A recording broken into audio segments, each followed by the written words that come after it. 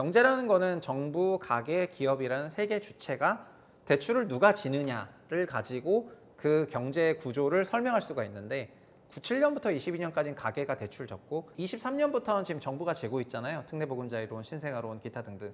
근데 본격적으로 재기 위해서는 지분형 모기지로 정부 대출을 깔고 가겠다는 게 정부 주도 대출 성장이고 정부 주도 대출 성장을 하는 목표는 부동산 때문에 하는 것입니다.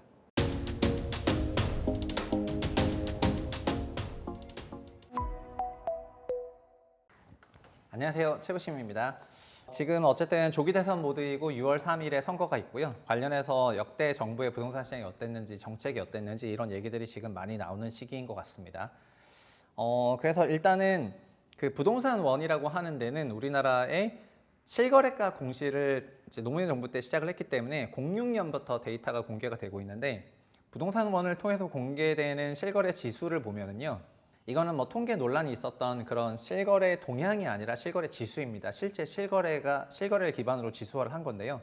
보시면은 요게 수도권이고 요게 지방이에요. 그래서 시작 지점이 2017년 11월 달이 100이니까 2006년 기준으로는 서로 60에서 시작했다 생각하시면 될 것 같습니다. 이 60이 2019년 말, 그러니까 코로나가 20년에 발발했으니까 19년 말 기준으로 수도권은 60에서 110으로, 그러니까 수도권은 거의 2배 올라갔는데 거의 2배 올라갔지만 15년 걸린 거잖아요. 15년 걸려서 2배가 떴으니까 1년에 평균적으로 뭐 한 4에서 5% 정도 지수가 이렇게 올라갔다고 생각하면 될 것 같습니다. 물론 그거보다 이제 그걸로 이제 복리로 계산하니까 그렇게 된 건데요. 근데 사실은 중간에 08년까지 금융위기 때 90까지 갔다가 이제 한참 횡보하고 다시 110을 간 거니까 08년에 90에서 08년 가격을 다시 회복하는 데는 거의 한 수도권 기준 전체로 보면 한 10년 걸렸거든요. 그러니까 고점에서 한번 물리면은 이게 다시 그 명목 가격 회복하는데 한 10년 이상 걸릴 정도로 굉장히 오랜 시간 걸렸던 게 과거의 그런 분위기였습니다. 지방 같은 경우에는 역설적으로 08년 때 강세가 없었고 그래서 2012, 13년대부터 그때부터 지방 강세가 조금 나왔는데 그 다음에 이제 상당 기간 횡보를 했었죠. 근데 20년부터는 어떻게 됐냐면은 20년부터는 이렇게 생겨먹었는데 20년에 110이던 수도권 매매 실거래 지수가 이게 고점 기준 170까지 올라가거든요. 170까지 올라갔던 게 지금 130까지 빠지게 되는데 그래서 한 22% 이상 하락하게 되고요. 단기간에 6개월 만에 22% 하락을 하게 되고 그거가 지금 회복이 돼가지고 어디냐면은 150 약간 안 되는 선입니다. 그러니까 170에서 150이니까 한 15% 정도 마이너스가 된 상태가 지금 유지가 되고 있습니다. 수도권은. 그리고 지방은 하락을 했죠. 했는데 미세하게 올랐으니까 미세하게 하락을 했고 그리고 이후 회복을 안 하고 횡보를 하고 있습니다. 그래서 수도권 부동산 시장만 보면은 08년부터 19년 말까지의 그 강세 아니면 08년 고점 기준으로 2019년까지 간 거 대비해서는 그때 90에서 110으로 꼴랑 20 갔는데 20년부터 22년까지 그 짧은 기간에 올라간 그 2년 동안 지수가 110에서 170%로 2년 만에 50%가 떴기 때문에 이게 얼마나 강했냐 이렇게 생각해 볼 수가 있을 것 같습니다. 그래서 사실은 2006년대부터 정권이 몇 번 바뀐 거예요. 노무현 정부, 이명박 정부, 박근혜 정부, 그다음에 문재인 정부, 그다음에 윤석열 정부, 그리고 이제 새 정부니까 6번째 정부가 될 예정인데 지난 20년간 5개의 정부가 지나가 봤고 그 기간 동안의 변화를 보면은 결국 유동성이랑 되게 큰 연관이 있긴 하다 이렇게 요약을 할 수가 있겠습니다. 그리고 실거래 지수를 이게 전체 지수가 아니라 YY 변동률로 그려보면은요. 이제 주황색 선이 서울이고 그 다음에 파란색 선이 지방이거든요. 지방의 경우에는 2010년, 11년에 지방이 상당한 강세였고요. 2010년, 11년에 상당한 강세였고 왜 그러냐면 이 당시에는 올라갔던 지방들이 어쨌든 차화정 랠리의 수혜 지역이 많았었습니다. 그리고 그 이후에는 서울은 전반적으로 2010년에서 12년 사이에는 마이너스였는데 이때 서울시 마이너스는 입주장이 나오면서 이제 마이너스가 좀 심해졌었죠. 그러다가 2014, 15년 유동성 정책을 풀고 그 다음에 서울이 랠리를 하기 시작합니다. 지방은 하락을 하는데 그래서 2016년부터 서울시 랠리가 2021년까지 이제 계속 갔던 거고요. 중간에 이제 등락이 있는데 이거는 여러 부동산 규제 정책이 시행이 됐던 시기를 말하는 겁니다. 2017년 파리 대책, 2018년 9.13 대책, 2019년 12.16 대책, 그 다음에 이런 것들이 시행됐던 시기를 말하는 거고요. 그런 대책 시행을 하면은 매매가 강세가 조금 위축되긴 했었지만은 근본적으로 유동성이 풀려있던 기간이었기 때문에 그걸 잡지 못했던 것 같고요. 그리고 2022년 하반기 23년 1월이죠. 13 대책을 통해 가지고 부양책을 쓰면서 이 부양책은 대출 부양책을 썼던 거죠. 그러면서 이제 서울은 다시 회복을 했고 지방은 지금 횡보를 하고 있습니다. 그래서 가격 변화율을 보더라도 정권별로 뭐 따다닥 이제 나누어 볼 수도 있는데요. 결국 정권이라는 거는 캘린더로 나오는 거고 부동산 시장은 정책 따라서 시장 따라서 경제 따라서 결국은 소득과 대출 따라서 움직이는 거기 때문에 소득과 대출 따라서 가는 과정에서 나오는 걸 봤을 때는 글로벌하게 영향을 받았던 08년, 그 다음에 22년 이런 시기에는 같이 큰 영향을 받았고 나머지 기간은 우리 자국 환경에 따라 가지고 조금 움직였던 것 같습니다. 근데 KB에서는 86년부터 데이터를 제공하고 있죠. 과거에 주택은행 시절부터 데이터를 갖고 있기 때문에 그 주택은행이 나중에 민영화가 되면서 지금 현재 KB가 된 거죠. 합병이 돼가지고. 근데 80년대 보시면은 어마어마한 강세가 있었는데 이때는 한국이 전반적으로 3저로 인해 가지고 산업화가 대성공을 하면서 엄청난 강세로 가던 그런 시기였고요. 근데 주택가격이 너무 올라가다 보니까 전세가가 너무 올라서 이 당시에 89년 말에 토지 공개념 3법을 시행을 하면서 시장이 큰 폭으로 조정을 받고 실제로 일산이라든가 분당이 준공되면서 일기 신도시 준공되면서 공급 효과로 마이너스가 한참 있었고요. 그리고 다시 90년대 또 랠리를 했고 그거 IMF 때 맞고 완전 마이너스로 갔다가 이걸 샤프하게 회복을 하죠. IMF 때 이거 샤프하게 회복한 요 98, 99년에 어떤 일이 있었냐면은 결국 이 IMF를 계기로 우리나라 가계대출이 열렸거든요. 그래서 98년, 99년부터 정확히 말하면 97년부터라고 하면은요. 97년부터 2022년까지는 소위 가계대출의 시대였다. 그렇게 생각하시면 되겠습니다. 99년 이전에는 가계대출이 없었어요. 거의 없었습니다. 그 98년부터 2022년까지 우리나라 부동산 시장은 가계가 주도를 했고 대출이 주도를 해서 대출 정책 따라서 시장이 이렇게 등락을 해왔다라고 보시면 될 것 같습니다.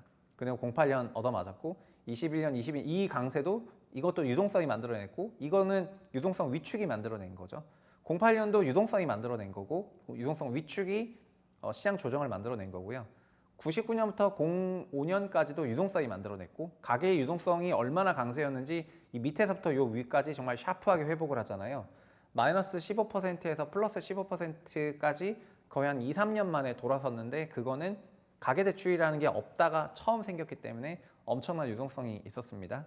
실제로 GDP 대비 가계부채 비중이라는 걸 보시면은 한국의 특징은 뭐냐면은 위기가 오게 되면은 가계의 대출 유동성을 늘리는 방향으로 정부는 좀 잠잠하고 이러면서 위기를 극복해 왔거든요.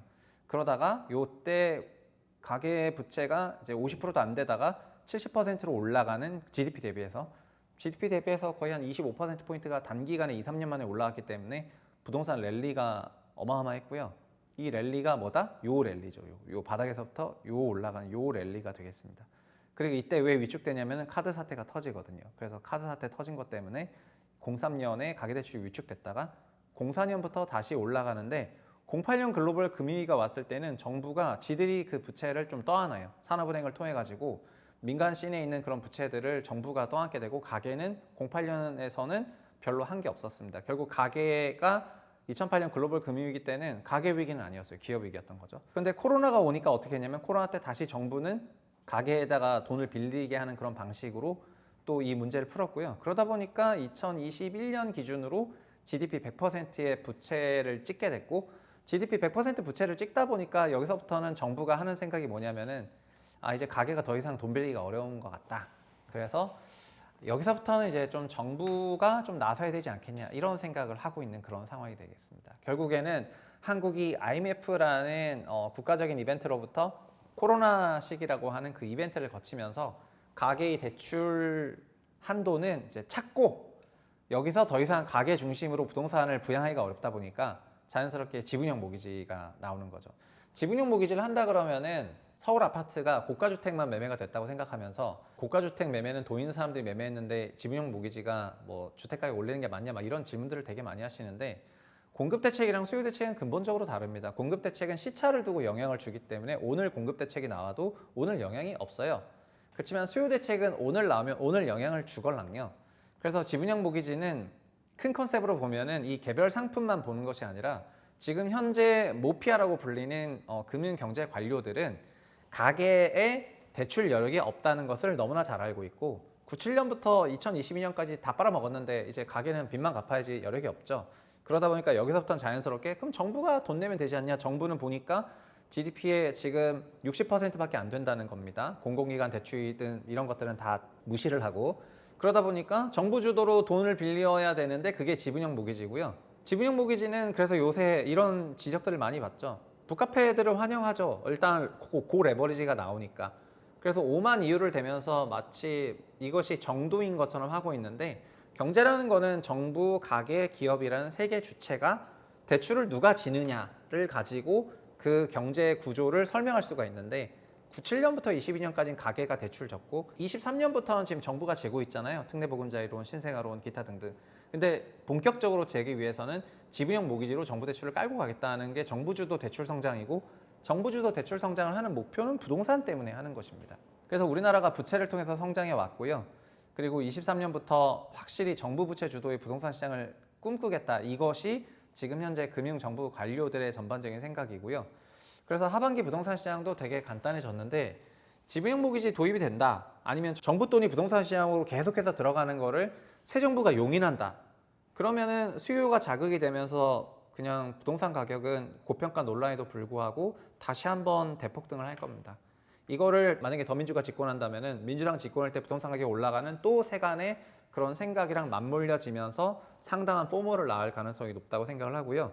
현재의 정부가 부동산에 돈을 꼬라박겠다는 이런 여러 가지 모피아들, 관료들의 생각을 태클이 잘 걸리게 된다면은, 지금 민간신에서는 이걸 반대한 사람이 많고 채부심 구독하신 분들은 댓글 보면은 열의 아홉은 다 반대하시는데, 이런 거를 새 정부가 잘 못 읽고 그냥 막 부동산 시장이 경쟁육하면 한국이 망한다는 생각으로 부동산, 정부 돈마저도 부동산에 소위 넣기 시작을 하면은, 그때는 가계 돈 다 들어갔죠. 정부 돈 다 들어갔죠. 나중에는 기업들한테 또 집사라고 할 수도 있어요. 우리나라 정부 성향을 보면은. 어쨌든 한국은 아파트가 주권을 갖고 있는 아파트 공화국의 나라인데, 관료들은 그래서 우리 개인 주권이 아니라 아파트 주권을 위해서 일하는 게 이제 경제부처 관료들 되겠습니다.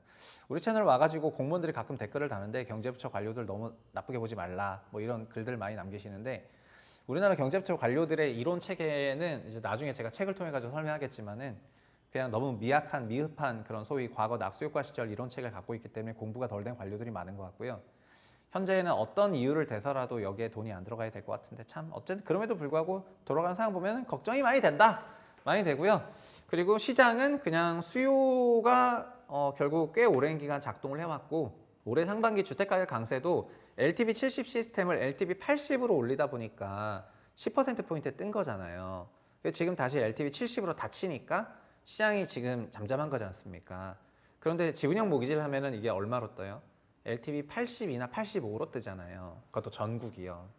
전국이 80이나 85로 뜨면은 그러면은 10이나 15% 올라갈 거예요. 개발 아파트 단지들, 사람들이 선호하는 단지의 주택 실거래 매수 가격은요.